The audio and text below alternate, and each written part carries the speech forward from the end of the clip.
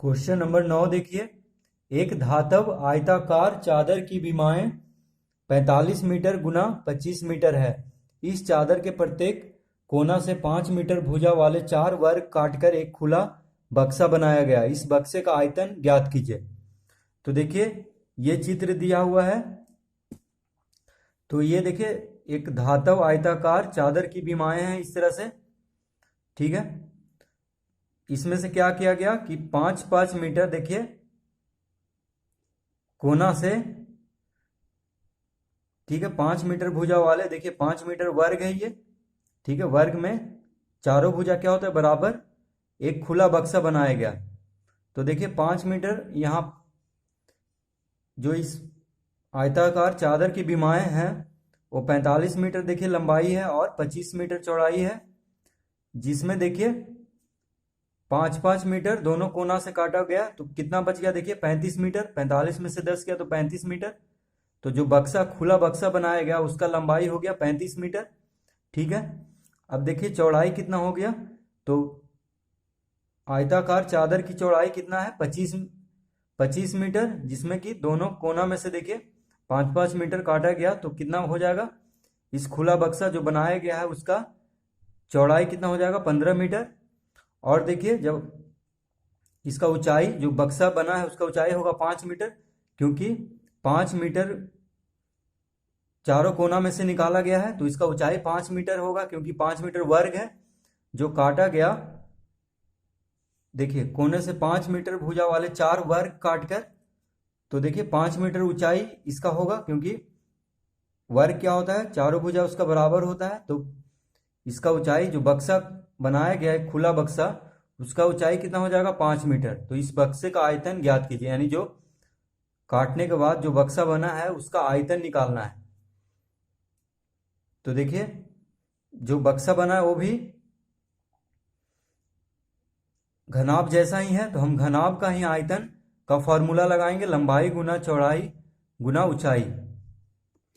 तो देखिए question number 9 में हम लिखेंगे बक्से की लंबाई बराबर, तो जो बक्सा बनाया गया है खुला बक्सा, उस बक्से का लंबाई कितना हो जाएगा। तो देखिए 45 माइनस 5 दोनों कोना में से 5-5 मीटर का वर्ग उसमें से काट के निकाला गया है। तो 45 में से हम 5 2 बार 5 को घटाएंगे तो कितना होगा देखिए 45 माइनस 10 यानी 35 मीटर, ठीक है। मीटर में है तो मीटर में ही आएगा। देखिए 45 मीटर में से 5-5 10 मीटर गया तो कितना आया 35 मीटर। अब देखिए चौड़ाई, तो चौड़ाई में से भी चौड़ाई कितना है, जो धातव आयताकार चादर है उसका चौड़ाई है 25।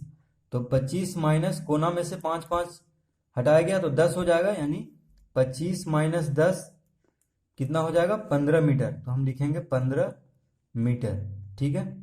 तो देखिए बक्से की लंबाई कितना हो गया 35 मीटर, चौड़ाई कितना हो गया 15 मीटर। अब देखिए ऊंचाई, तो ऊंचाई बराबर हो जाएगा 5 मीटर, क्योंकि 5 मीटर प्रत्येक कोना से 5 मीटर भुजा वाले 4 वर्ग काट करके खुला बक्सा बनाया गया। तो उस बक्से का जो ऊंचाई होगा 5 ही मीटर होगा, ठीक है, क्योंकि दो धातव आयताकार चादर है वो 5 मीटर ही ऊंचा है। तो यहाँ पे हम लिखेंगे ऊंचाई बराबर 5 मीटर। अब देखिए लंबाई निकल गया, चौड़ाई निकल गया और ऊंचाई निकल गया। तो हम लिखेंगे, तो बक्से का आयतन क्या हो जाएगा देखिए लंबाई गुना चौड़ाई गुना ऊंचाई, यानी L into B into H. English में बोले तो length into breadth into height. Length मतलब लंबाई, ब्रेथ मतलब चौड़ाई और हाइट मतलब ऊंचाई, ठीक है। तो देखिए लंबाई कितना है, लंबाई है 35, तो यहाँ पे लिखेंगे 35 गुना चौड़ाई कितना है 15, तो 15 लिखेंगे गुना 5 और सब मीटर में है, ठीक है। तो इसका आंसर किस तरह से आएगा, मीटर क्यूब में, यानी मीटर पे घात 3। देखिए मीटर मीटर मीटर 3 बार गुना हो रहा है तो मीटर क्यूब हो जाएगा, ठीक है, क्योंकि तीनों मीटर में है। तो देखिए इसको हम गुना करेंगे तो 15 × 75, 75 × 35 करेंगे तो आ जाएगा 2625। तो यहाँ पे लिखेंगे 2625 मीटर क्यू। ठीक है, बक्से का आयतन निकल गया, जो बक्सा खुला बक्सा बनाया गया है उसका आयतन हो जाएगा 2625 मीटर क्यू या मीटर पे घात 3। तो देखिए इस तरह से हम निकालेंगे। क्वेश्चन नंबर 10 देखिए, यदि किसी बेलन के आधार की त्रिज्या आधी कर दी जाए जबकि ऊंचाई अब अपरिवर्तित रहे तो मूल बेलन के आयतन और नए बेलन के आयतन का अनुपात ज्ञात कीजिए। तो देखिए हम लिखेंगे, माना कि मूल बेलन की त्रिज्या बराबर r।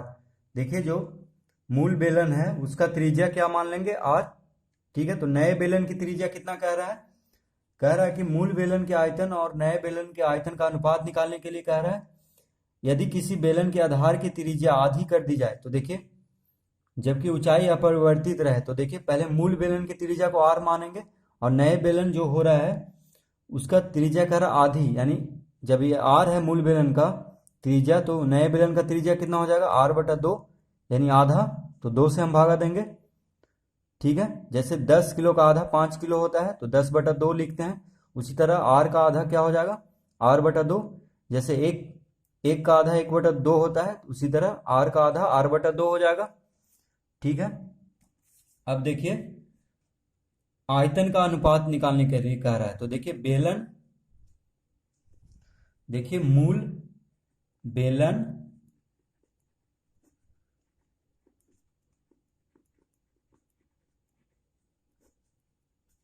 बेलन का आयतन बराबर क्या हो जाएगा, देखिए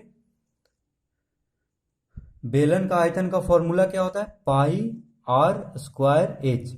ठीक है, देखिए बेलन का आयतन का फॉर्मूला होता है πr²h। तो हम r माने हैं मूल बेलन की त्रिज्या, तो r² लिखेंगे, ये जो फॉर्मूला होता है उसी को लिख देंगे क्योंकि r, तो r का स्क्वायर।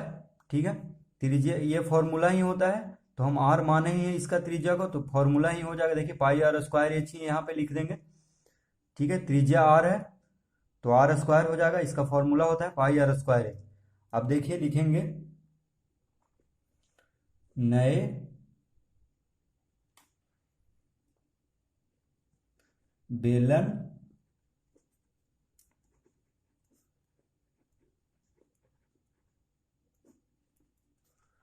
बेलन का आयतन बराबर क्या हो जाएगा, देखिए पाई r, बेलन की त्रिज्या कितना है तो r/2 का स्क्वायर h।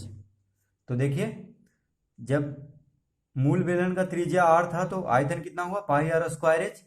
ठीक है, जब नए बेलन की त्रिज्या को r/2 यानी मूल बेलन की त्रिज्या से आधा कर दिया गया तो फॉर्मूला कितना हो जाएगा, पाई गुना r/2 का होल स्क्वायर, यानी r/2 के ऊपर स्क्वायर देंगे क्योंकि त्रिज्या r/2 है। ठीक है, तो फॉर्मूला पे ही बस r/2 का स्क्वायर कर देंगे गुना h हो गया ऊंचाई, r हो गया त्रिज्या, h मतलब हाइट मतलब ऊंचाई होता है, r मतलब रेडियस मतलब त्रिज्या होता है। ठीक है, और पाई जो कि कांस्टेंट होता है 22/7, इसका मान, पाई का मान हमेशा एक ही रहता है। तो देखिए अब कह रहा है कि अनुपात ज्ञात कीजिए। तो देखिए दोनों का अनुपात, तो हम लिखेंगे अनुपात बराबर, देखिए πr²h बटा πr/2 का होल स्क्वायर h। ठीक है, देखिए अनुपात मूल बेलन का आयतन और नए बेलन का आयतन का अनुपात। तो देखिए पहले हम मूल बेलन का आयतन यहाँ पे लिखेंगे ऊपर में और नीचे लिखेंगे जो नए बेलन का आयतन आया है उसको। तो देखिए यहाँ पे पाई से पाई खत्म हो गया क्योंकि भागा हो रहा है, h से h खत्म हो जाएगा। ठीक है, अब देखिए तो कितना हो गया यहाँ पे,